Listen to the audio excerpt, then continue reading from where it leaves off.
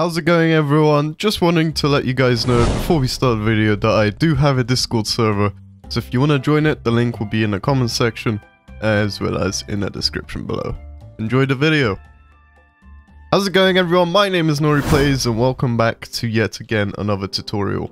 In this tutorial we're going to cover how to block and how to block well, how blocking works, and just general advice for each position of a blocker. So I'm going to start off by explaining the middle blocker right now, which is the setter. So the middle blocker's job is to cover for quicks. So say the set goes really close and someone from behind the setter tries to spike it straight away. Your job is to basically cover this tiny area and as well as to prevent dumps. There's really not much else you can do as a middle blocker apart from do that. As well as orchestrate where all the blockers will go. So say you're a middle blocker and you're moving to the left side. That means now the wing spike on the right side has to be middle for you to form a wall. So that's basically middle blocking covered in a nutshell. Now we're gonna cover the wing spikers being blockers. So basically, sometimes you don't even have to block as a wing blocker.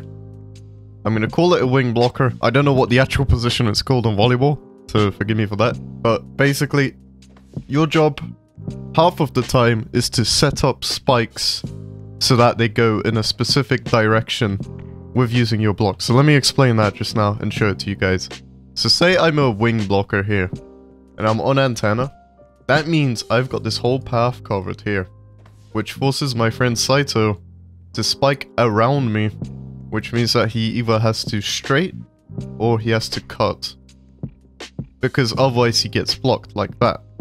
So you can do it here, or you can set up straights. You can set up straights by going to around this area. That means this area here is open. That means it forces them to spike at the antenna and obviously hit it straight. Like that. This lets your back row see through it and receive it really easily. So just saying, as a blocker, you don't always have to block. Now, you don't always even have to jump up for the block either. You could drop back along with the other blocker so that you have a 5-man defense going on, which is kind of strong, but it leaves a lot of gaps open like that. But it might make it easier to read for your back row, so make sure you do try this at least once before. Okay, so to prevent blockouts, what you want to do is not face straight, face diagonally towards the spiker. This is so that when they hit it into you, and because you're angled like that, you make it drop back down into the court. Whereas if you faced straight, like this, you're basically acting as a mirror. So let me show you what Saito is about to do if I face straight. As you can see, it could go anywhere. But if I angle in, it drops straight down. That's because, again, I'm facing down towards the middle of the court. So it prevents it from bouncing out like this. This is something you shouldn't be doing. As a wing blocker, you should be facing more towards the middle, like this. Even if it's just slightly. Because what you want to do is basically mirror the spiker. So you want to face them directly. Like that. And that's going to give you a guaranteed block. And you can use this for either sides as well, by the way. So next thing I'm going to talk about is glide blocks. And glide blocks are probably risky and hard as well, because they require really good timing. So one way to know timing is to look at the spiker's position and kind of estimate your jump to where you should be going. And as you can see, the angled blocks don't work here. You get completely wiped and it goes waterfall. And waterfall means that it goes off your hands and down into the court like straight away. So for glide blocks, you actually want to face straight. And even worst case scenarios, you get wiped. But if you time it well, you should be able to get the block. But as a glide blocker, you're risking to get blocked out, because you're constantly forced to face straight with your glide. Because as you saw earlier, if you face it diagonally, you get waterfalled.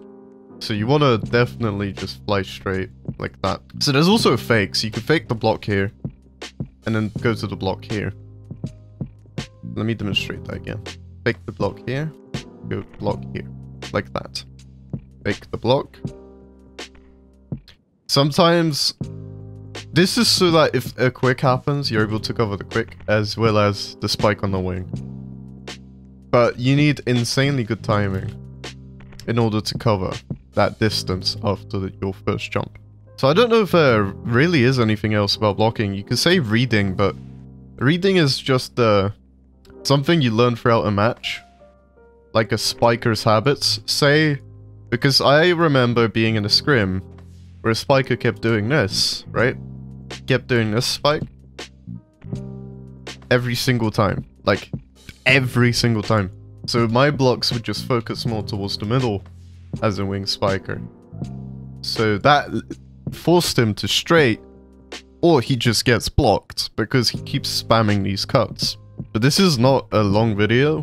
Blocking is really just trying to read the spiker and trying to force them into aiming into a bad position.